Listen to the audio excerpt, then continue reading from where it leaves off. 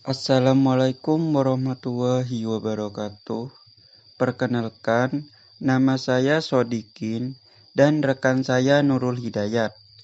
Di sini kami akan menjelaskan tentang jabatan profesional dan tantangan guru dalam pembelajaran. Terdapat 4 subpembahasan. Yang pertama yaitu jabatan profesional, tahap profesionalisasi jabatan keguruan, guru sebagai jabatan profesional, dan tantangan guru dalam pembelajaran. Pada pengertian yang pertama yaitu jabatan profesional. Jabatan profesional yaitu adalah seorang pekerja profesional dituntut menguasai visi yang mendasari keterampilannya, yang menyangkut wawasan filosofis, pertimbangan rasional, dan memiliki sikap yang positif dalam melaksanakan serta memperkembangkan mutu karyanya. Menurut tokoh Rakajoni 1980. Dalam Undang-Undang Guru dan Dosen, Pasal 1 Ayat 1, dinyatakan bahwa guru adalah pendidik profesional dengan tugas utama yaitu mendidik, mengajar, membimbing, mengarahkan, melatih, menilai, dan mengevaluasi peserta didik pada pendidikan anak usia dini. Jalur pendidikan formal, pendidikan dasar, dan pendidikan menengah. Selanjutnya, ciri-ciri profesional guru.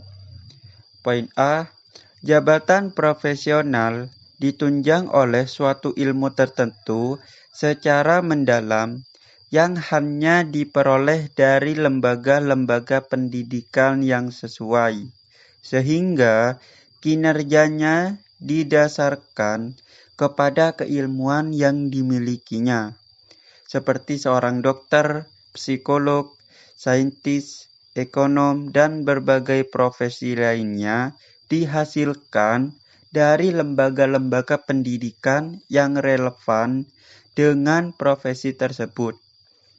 Poin B, suatu profesi menekankan kepada suatu keahlian dalam bidang tertentu yang spesifik sesuai dengan jenis profesinya. Poin C, tingkat kemampuan dan keahlian suatu profesi didasarkan pada latar belakang pendidikan yang dialaminya, yang diakui oleh masyarakat, sehingga semakin tinggi latar belakang pendidikan akademik sesuai profesinya, semakin tinggi pula tingkat keahliannya.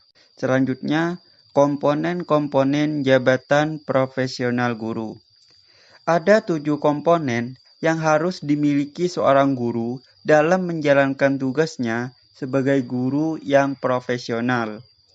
Yang pertama, guru sebagai sumber belajar.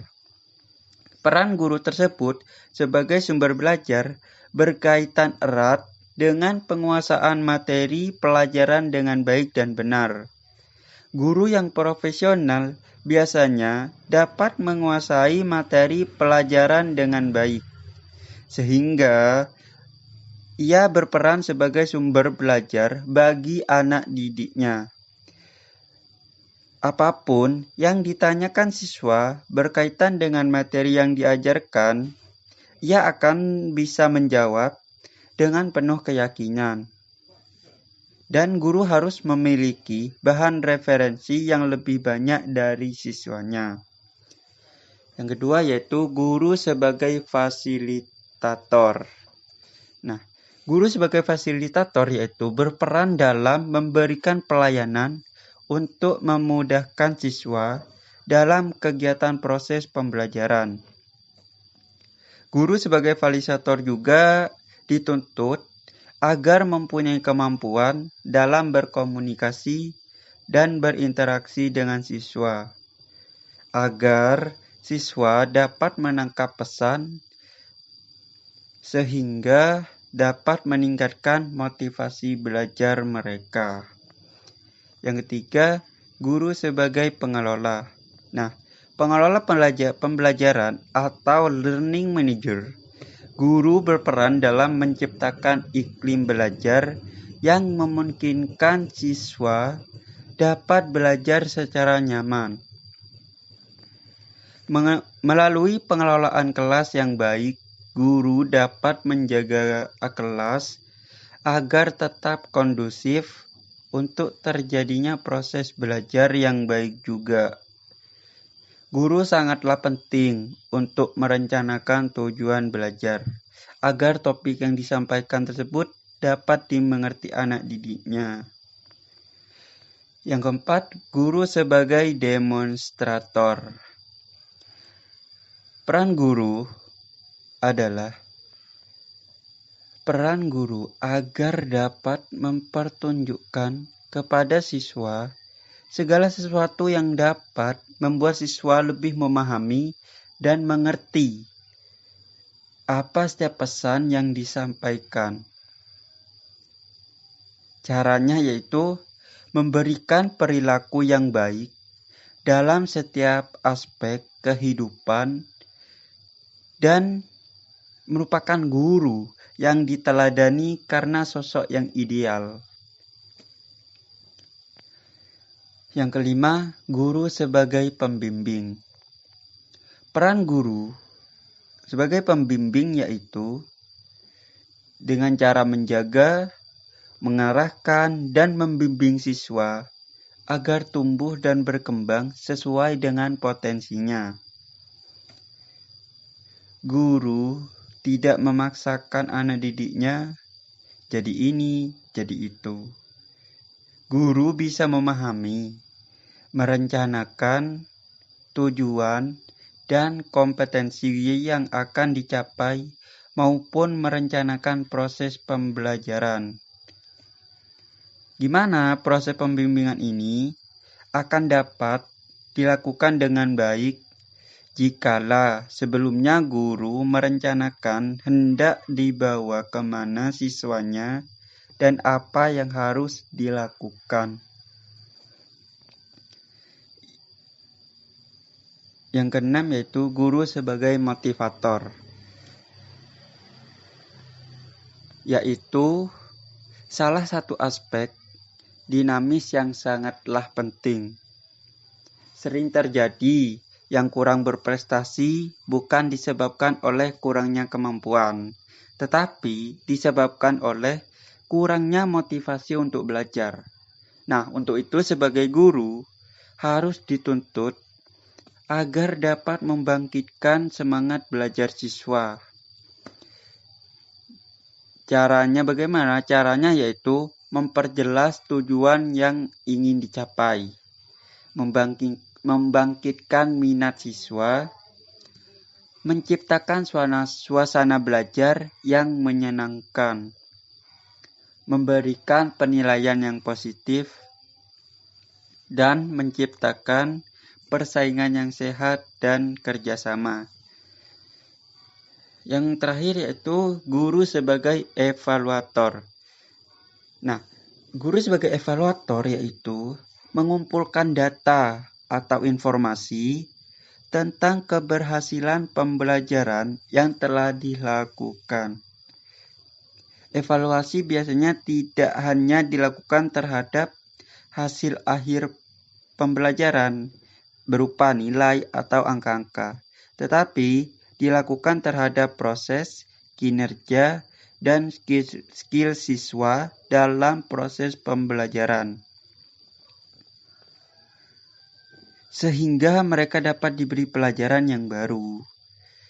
Evaluasi tersebut adalah suatu proses untuk menentukan nilai atau makna tertentu pada sesuatu yang dievaluasikan.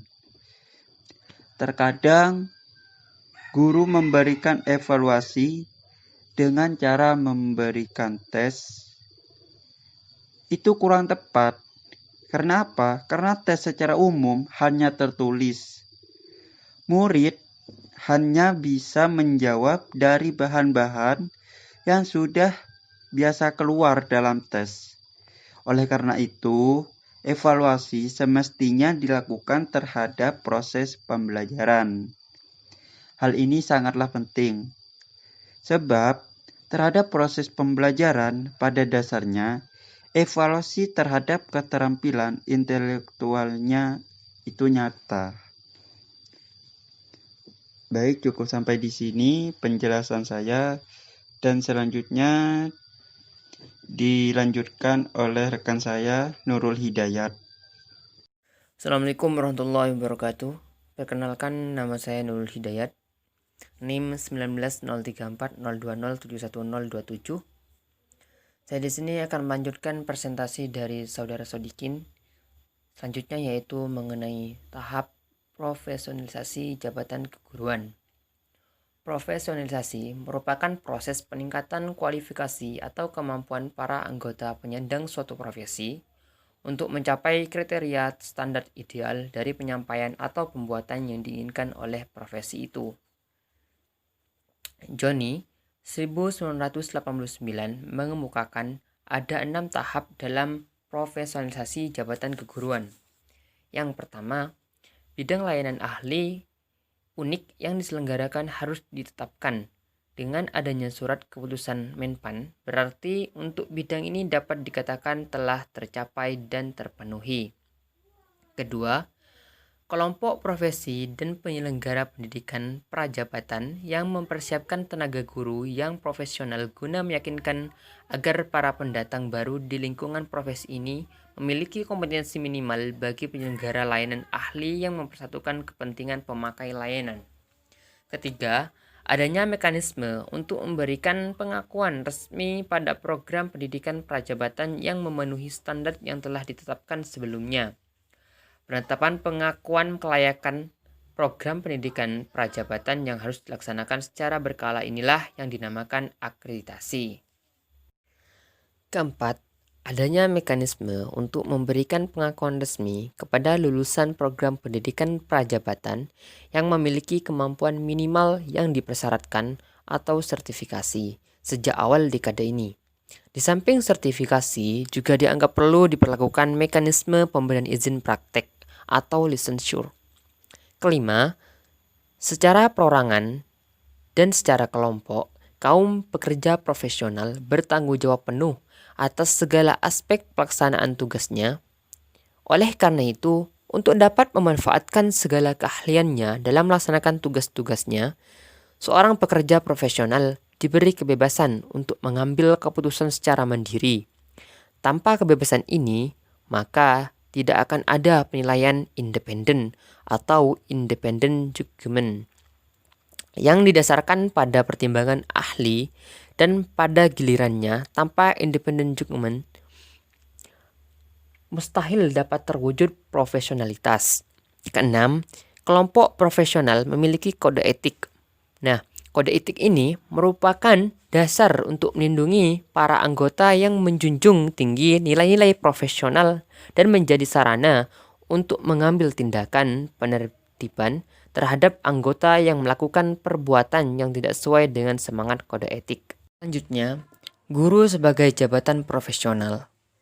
Dalam Undang-Undang Guru Pasal 5 Ayat 1 dikatakan bahwa profesi guru dan dosen merupakan bidang pekerjaan khusus yang memerlukan prinsip-prinsip profesional sebagai berikut. Yang pertama, memiliki bakat, minat, panggilan jiwa, dan idealisme. Bakat di sini yaitu kemampuan atau keahlian, minat yaitu keinginan, panggilan jiwa yaitu perasaan untuk mewujudkan hal-hal positif, idealisme yaitu suatu paham atau keinginan yang sesuai dengan pakemnya. Jadi poin 1 ini menegaskan seorang guru harus memiliki kemampuan untuk disampaikan kepada anak didiknya, punya keinginan untuk menyampaikan dan mempunyai perasaan untuk mewujudkan hal-hal positif terhadap anak didiknya. Yang kedua, memiliki kualifikasi pendidikan dan latar belakang pendidikan sesuai dengan bidang tugasnya. Contoh, seorang yang punya latar belakang pendidikan matematika nantinya bisa mengajar atau menjadi seorang guru pendidikan matematika, sehingga guru tersebut bisa dikatakan mempunyai latar belakang pendidikan yang sesuai dengan bidang tugasnya. Yang ketiga, memiliki kompetensi yang diperlukan sesuai dengan bidang tugasnya. Kompetensi di sini yaitu kecakapan atau kemampuan seseorang dalam pekerjaannya.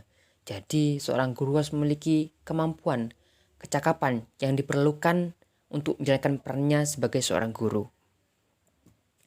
Keempat, mematuhi kode etik profesi. Kode etik profesi di sini itu acuan perilaku perseorangan atau korporasi yang dianggap harus diikuti pelaku aktivitas profesional. Jadi, seorang guru harus mematuhi kode etik profesi ini yang dijadikan sebagai acuan. Yang kelima, memiliki hak dan kewajiban dalam melaksanakan tugas. Jadi, dalam melaksanakan tugasnya, seorang guru mempunyai hak yang harus ia dapatkan dan juga mempunyai kewajiban atau tanggung jawab yang harus ia penuhi. Keenam, memperoleh penghasilan yang ditentukan sesuai dengan prestasi kerjanya. Ketujuh, memiliki kesempatan untuk mengembangkan profesinya secara berlanjutan. Kedelapan, memperoleh perlindungan hukum dalam melaksanakan tugas profesionalnya. Selanjutnya yaitu tantangan guru dalam pembelajaran. Tantangan para guru sebenarnya adalah bagaimana memberikan motivasi kepada para siswanya agar mereka tidak terpaku pada buku-buku teks pelajaran yang ada di sekolah saja, tapi diharapkan para siswa tersebut mampu menemukan cara terbaik untuk belajar dari diri dan lingkungan sekitarnya. Jadi, tantangan guru yaitu bagaimana seorang guru memberikan motivasi atau dorongan kepada para siswanya agar tumbuh semangat dalam dirinya untuk belajar, tidak hanya terpaku di waktu sekolah saja, tapi mereka dapat belajar dari dalam diri mereka sendiri dan juga lingkungan sekitar mereka. Pembelajaran bukanlah ilmu tetapi seni. Seni bagaimana kita mengelola kemampuan berpikir kita, menggunakan akal kita, mempergunakan sumber daya yang kita miliki agar memberikan manfaat tidak hanya bagi diri kita sendiri, tapi juga lingkungan kita. Jadi pembelajaran itu bersifat spesifik dan masing-masing guru tidak bisa disamaratakan. Guru yang baik adalah guru yang mengerti seni mendidik dan mengajar, mengetahui perbedaan masing-masing potensi yang dimiliki oleh para siswanya. Penting kiranya bagi seorang guru untuk mengetahui potensi yang dimiliki oleh setiap siswanya, sehingga bisa menemukan metode yang tepat dalam pembelajaran sehingga mudah untuk dipahami dan dimengerti oleh para siswanya. Para siswa memiliki potensi dan kemampuan yang berbeda. Disinilah letak seni mengajar itu. Guru yang mengerti akan kemampuan siswanya tidak akan memberikan pendekatan yang sama bagi para siswanya. Perbedaan perlakuan tersebut misalnya, siswa yang cerdas tidak bisa disamakan pendekatan pembelajarannya dengan siswa yang kurang cerdas. Demikian pula terhadap siswa yang aktif, pendiam, periang, penurut, nakal, tentu memerlukan pendekatan yang tidak sama. Hal ini perlu dilakukan agar semua potensi yang dimiliki oleh siswa dapat berkembang secara maksimal. Jadi tantangan guru sini juga yaitu memahami potensi yang dimiliki oleh setiap siswa. Selain potensi juga memahami karakter yang dimiliki oleh siswanya. Entah itu yang aktif, yang pendiam, yang periang, penurut, bahkan yang nakal sekalipun. Sehingga guru tersebut dapat mengembangkan potensi yang dimiliki oleh anak didiknya, yaitu dengan mengenali karakteristik, potensi, bakat yang ada dalam anak didiknya. Demikian presentasi yang dapat kami sampaikan. Mohon maaf apabila ada kekeliruan baik dari penyampaian kata maupun penjelasan yang kurang jelas. Kami akhiri, wabillahi taufiq wal hidayah. Assalamualaikum warahmatullahi wabarakatuh.